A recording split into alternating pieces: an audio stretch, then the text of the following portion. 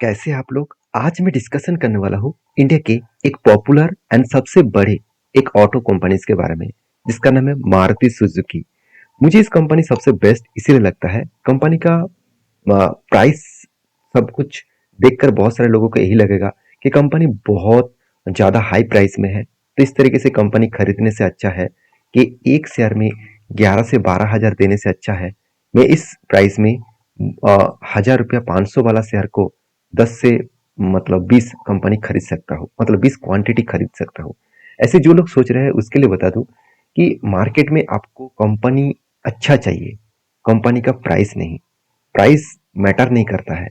अगर कंपनी अच्छा है, कंपनी बेस्ट है, तो वो आपको परफॉर्मेंस अच्छा जरूर देंगे। मैं आपको एग्जांपल के माध्यम से समझाऊंगा। सबसे पहले देखिए, जो डेटा मैं आपके साथ शेयर करने वाला हूँ आज मारुति सुजुकी के बारे में, वो देखकर आप हैरान हो जाएंगे क्योंकि मारुति सुजुकी लास्ट 5 डेज में एक मैसिवली जंप दिखाया, जहाँ पे निफ्टी बाकी मतलब इंडेक्स उतना खास परफॉर्मेंस नहीं किया। बस उस जगह पे मारुति ने एक सिर्फ जस्ट 5 डेज में कंपनी 10% के आसपास मैसिवली जंप किया। अगर यही में एक एक मान के देखूं तो करीबन 7%। 6 मंथ में देखिए कितना लॉसेस फिगर आउट किया था। तो 1 से 2% का लॉसेस फिगर आउट किया था, तो उसको भी रिकवरी किया। अगर साल भर के डेटा देखो तो 18% का रिटर्न दिया, बहुत शानदार है। 18% कोई छोटा मोटा रिटर्न तो है नहीं। 5 साल में 64% और मैक्सिमम में देखेंगे तो 6700%। कितना मैसिवली एंड कितना स्ट्रांगली इसका ग्रोथ है। ऐसे नहीं कि टाटा मोटर्स जैसे वॉलेटिलिटी है, ऐसे आपको कभी नहीं दिखेगा। अगर मैं चलो एक बार आपको दिखा देता हूँ टाटा मोटर्स का, अगर मैं चार्ट आपको मतलब टाटा मोटर्स का मैक्सिमम चार्ट दिखा दूं, देखिए प्रॉफिट तो यहाँ पे भी है, मगर कितना वॉलेटिलिटी है। कितना वॉलेटिलिटी के कारण इस कंपनी आगे बढ़ रहा है। उसी जगह पे अगर मैं महिंद्रा एंड महिंद्रा का मतलब एमएम का मैं अगर चार्ट देखूं, तो इसी सेगमेंट की कंपनी काम कर रहा है। तो इसका भी अगर चार्ट देखूं तो ये भी देखिए पाँच पाँच दिन में, एक मंथ में अच्छा खासा परफॉर्मेंस किया, क्योंकि फिर भी मारुति जैसे परफॉर्मेंस नहीं किया। मगर इसका चार्ट देखिए कितना स्ट्रांगली ग्रोथ है। लेकिन उसके पीछे बहुत सारे रीजन है। वो रीजन का मैं ऊपर डिस्कशन नहीं करूंगा, क्योंकि आज मेरा मेन मकसद है मारुति के ऊपर आपके साथ शेयर करूं। क्योंकि मुझे बहुत दिनों से कमेंट्स भी आ रहा था कि सर मारुति के ऊपर कब रिबाउंस होगा, और आपने जो टेक्निकली चार्ट पैटर्न को यूज करके काम किया था उसका अभी आउटपुट क्या है। तो चलो उसके भी डिटेल्स में आपको दिखाऊंगा, क्योंकि मैंने जब टेक्निकली चार्ट पैटर्न्स के ऊपर काम किया था वो मैं आपके साथ शेयर किया था। किस टेक्निक को यूज करके मैंने काम किया वो मैं आपको दिखाऊंगा। उससे पहले कुछ इंपॉर्टेंट पॉइंट्स जरूर देखना चाहिए। जैसे देखिए, अगर मारुति सुजुकी के बारे में बात करूं, तो बेसिकली कंपनी का बहुत सारे बड़े बड़े टारगेट है। जैसे बहुत सारे लोगों का कमेंट्स भी है कि मारुति अभी तक ईवी तो मार्केट में लॉन्च किया नहीं। तो मारुति का टारगेट है 2025, मतलब स्टार्टिंग हो चुके हैं। इसी साल में मारुति फर्स्ट ईवी लॉन्च करने वाला है। क्योंकि आप यहाँ पे खुद ही सीधा सीधा जाकर देख सकते हैं। यहाँ पे कंपनी बता रहे कि जनवरी 2025 में ही कंपनी ईवीज को, इलेक्ट्रिक एसयूवीज जो है वो मार्केट में नेक्सॉन का जो मतलब प्रोडक्ट है वो मार्केट में लॉन्च करने जा रहा है। तो इसका प्राइस कितना होगा वो अलग बात है, कैटेगरीज वाइज हम लोगों को देखना नहीं है। क्योंकि लोगों को बस में आगे जेब में पैसा है तो वो खरीद ही सकते हैं, चाहे वो कितना भी प्राइस का गाड़ियाँ हो। आज इंडिया में बहुत ज़्यादा लग्जरीज गाड़ी भी खरीदारी जा रहा है, तो उसमें बात नहीं, उतना ज़्यादा प्रॉब्लमेटिक नहीं होगा। तो बेसिकली मेन मुझे जो डेटा और जो पॉइंट्स मुझे बेस्ट लगा वो है मारुति का सेल्स। इस बार सारे रिकॉर्ड तोड़ दिए। तो मारुति ने देखिए जो इस साल में जो डेटा पब्लिश किया, Maruti Suzuki India's largest car maker and देखा जाए तो जो सेलिंग किया 1,30,117 यूनिट। यहाँ पे देखिए इतना पैसेंजर व्हीकल सेलिंग किया, और कब? दिसंबर 2024 में। तो पिछले साल में कितना सेल किया था? 1,04,778 यूनिट्स, और वो भी 2023 के दिसंबर में। मतलब एक साल के डिफरेंस देखो तो 24% का ग्रोथ हुआ। तो ऑब्वियसली ये एक मैसिव ग्रोथ है। जहाँ पे आप होंडा का देखेंगे तो होंडा का कितना से 2.4% का ग्रोथ हुआ। जहाँ पे आप टाटा मोटर्स को देखेंगे तो ऑलमोस्ट 1.12% का ईयर ऑफ ईयर बेसिस में ग्रोथ हुआ। और जहाँ पे आप महिंद्रा एंड महिंद्रा को देखेंगे, यहाँ पे डेटा मैं एक बार देख लेता हूँ। हाँ, यहाँ पे दिया गया है। तो कितना ग्रोथ हुआ? 18%। तो उससे भी ज्यादा आप देख सकते हैं टोयोटा, उसका कितना सेल्स ग्रोथ हुआ? ऑब्वियसली 40%। देखिए टोयोटा का जो मतलब किर्लोस्कर है, बेसिकली टोयोटा अभी तक मार्केट में बेसिकली देखा जाए तो लिस्टिंग डायरेक्टली नहीं है।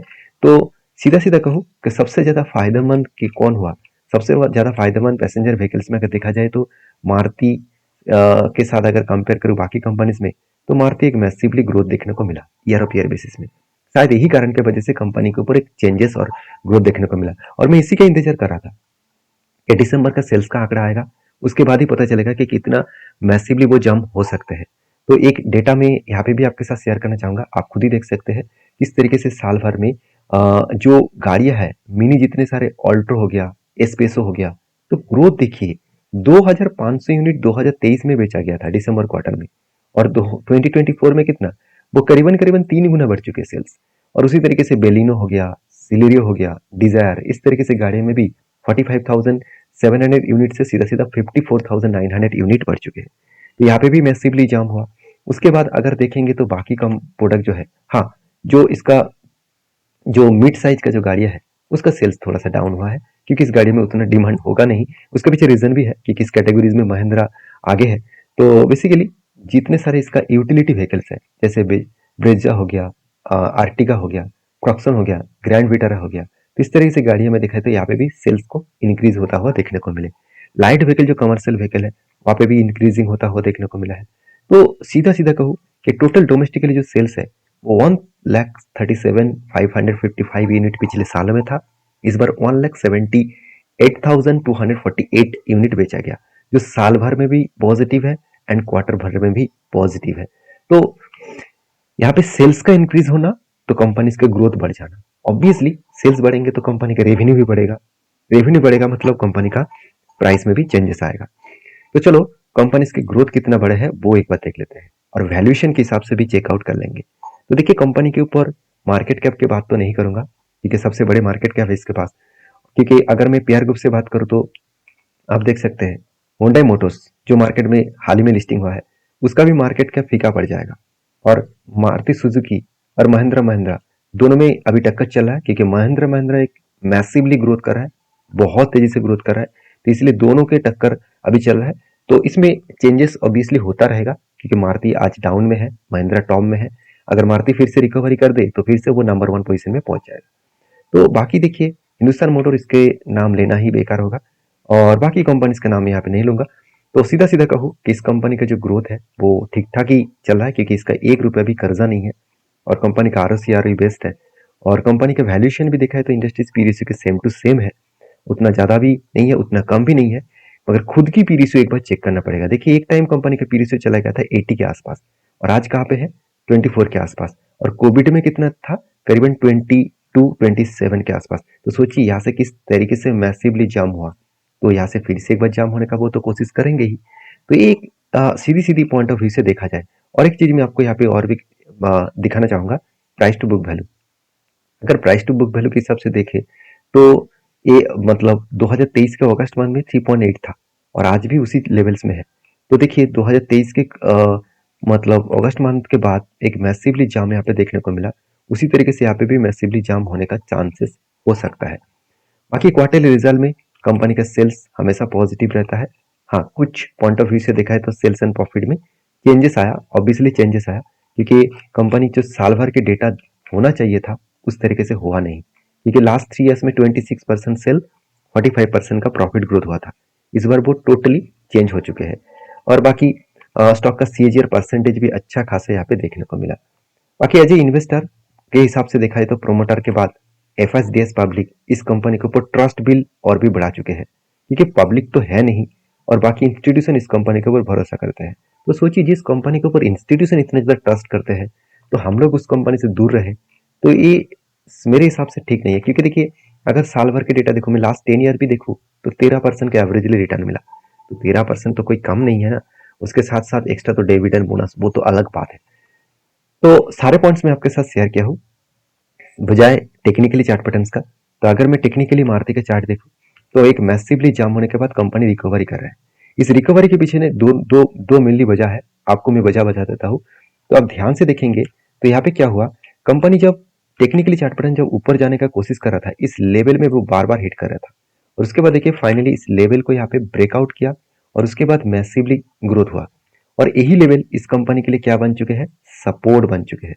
तो देखिए सपोर्ट तक आया, रीटेस्ट किया, यहाँ पे कुछ टाइम पीरियड में होल्ड किया, उसके बाद बाउंस कर रहा है। और अगर सीधा सीधा कहूँ तो इस पैटर्न्स को हिसाब से, इस पैटर्न्स हिसाब से देखे तो एक डब्ल्यू जैसे पैटर्न यहाँ पे क्रिएट हुआ। तो एक डब्ल्यू जैसे पैटर्न क्रिएट हुआ और उसको ब्रेक किया, मतलब यहाँ पे सीधा सीधा ऊपर जाने का वो कोशिश करेंगे और नेक्स्ट सपोर्ट लेवल तक वो जाने का कोशिश कर सकते हैं। तो इसी चीजों को मैं टेक्निकली आपके साथ शेयर करूं, क्योंकि मैं टेक्निकली आपके साथ शेयर किया था, आप ध्यान से इस चीजों को देखेंगे। तो जब मैंने आपको बताया था कि यहाँ पे क्या हुआ, जब इस 200 डेज मूविंग एवरेज के नीचे चार्ट आया और उस टाइम आरएसआई का जो लाइन है वो 30 के नीचे गया, तब मुझे एक पोजीशन, एंटी पोजीशन मिला था। तो इस पोजीशन में मैंने एंटी पोजीशन जब बना था तब मैंने आपको वीडियो बना के भी शेयर किया था, सिर्फ आपको सिखाने के लिए। मेरा मकसद ये नहीं था कि मैं आपको बाई सेल का रिकमेंड करूँ, ये मेरा कभी भी मकसद है नहीं और कभी रहेगा भी नहीं, क्योंकि मैं कोई सेबी रजिस्टर्ड पर्सन, मतलब सेबी रजिस्टर्ड पर्सन तो है नहीं हूँ। तो मैं आपको सारी चीजों को सिखाने का कोशिश करता हूँ, आप सीख कर खुद स्टडी करके काम कर सकते हैं। तो देखिए यहाँ पे आरएसआई के लाइंस के हिसाब से आरएसआई यहाँ पे 30 के नीचे भी आया था, उस टाइम कैंडल 200 मूविंग एवरेज के नीचे भी आया था। तो उस हिसाब से यहाँ पे पोजीशन क्रिएट हुआ और उसके बाद में इंतजार किया कि कब आरएसआई 70 को टच करेगा। तो फाइनली 70 को ऑलमोस्ट टच करना, मतलब ऑलमोस्ट टच कर चुके हैं। तो अगर मैं इसी पोजीशन के हिसाब से देखूं, तो जब एंटी पोजीशन बना था उस जगह से अगर मैं इस पीक लेवल तक देखूं, तो आप देख सकते हैं सर 8.5% के आसपास रिटर्न मिला कितना। तो 8.5% के आसपास मतलब कोई छोटा मोटा तो नहीं है। इतनी बड़े कंपनी में 8.5% जब पूरा का पूरा मार्केट में करेक्शन है, उस टाइम वो रिकवरी कर रहा है, मेरे हिसाब से बेस्ट है। तो इस तरीके से स्ट्रेटेजीज मैंने इसलिए आपके साथ शेयर करता हूँ क्योंकि आपको सीखने को मौका मिले। जब स्ट्रेटेजीज बना था तभी मैंने वीडियो बना के आपको शेयर किया, और जब स्ट्रेटेजीज मतलब फाइनली मुझे हिट होता देखने को मिले, तब भी मैं आपको सारी चीज शेयर कर रहा हूँ, क्योंकि आपको क्लियरिटी मिले कि हाँ इस तरीके से स्ट्रेटेजीज में दम होता है। क्योंकि मैं पहले भी आपको मेंशन किया था कि इस तरीके से स्ट्रेटेजीज के ऊपर में जब जब मुझे मतलब कुछ इंपॉर्टेंस पॉइंट मिलता है तो मैं काम करता हूँ। जैसे देखिए यहाँ पे भी मैंने आपको बैक टेस्टिंग करके दिखाया, यहाँ पे भी देखिए 9.5% 137 डेज में मिला। उसी तरीके से आप पहले भी जाएंगे तो यहाँ पे भी देख सकते हैं, जब करेक्शन, बिग करेक्शन हुआ, यहाँ से भी अगर देखा जाए तो सीधा सीधा यहाँ पे भी मैसिवली जाम हुआ और 16% का गेन मिला 115 दिनों में। तो उससे पहले भी आप देख सकते हैं यहाँ पे भी 10% का गेन मिला 33 डेज में। तो अब इतना सारा बैक टेस्टिंग करके मैंने काम किया। तो आप भी अगर काम करना चाहते हैं तो एक बार चीज़ों को समझिए, स्टडी करिए, उसके बाद काम करिए। ठीक है, मेरा मकसद यही है कि मैं आपको सिखा पाऊँ, आपको सारी चीज़ समझा पाऊँ। आप सीख कर काम करिए, प्लीज़ मैं रिक्वेस्ट करूंगा आप सीख कर काम करिए, किसी के टिप्स लेकर काम मत करिए। और हाँ, मेरा कोई कोर्स भी नहीं है, मेरा कोई चार्जेस भी नहीं है, मैं सारे मेरे इतने सालों के, मेरे 8 साल के एक्सपीरियंस में आपके साथ शेयर कर रहा हूँ। तो आप प्लीज़ सारी चीज़ों को एक बार सीखिए, एटलीस्ट 10 साल पीछे जाकर बैक टेस्टिंग करिए, उसके बाद काम करिए। थोड़ा सा तो मेहनत आपको करना पड़ेगा अगर इस मार्केट से पैसा कमाना चाहते हैं तो वीडियो अगर आपको अच्छा लगे और इसी तरीके से अपडेट आप पाना चाहते हैं, चीज़ों को सीखना चाहते हैं, तो मुझे एक लाइक और कमेंट्स करके जरूर बताना। एक कमेंट्स तो कुछ भी करना, क्योंकि आपके कमेंट्स का मैं बेसब्री से इंतजार करता हूँ। मिलते नेक्स्ट वीडियो में, तब तक के लिए धन्यवाद।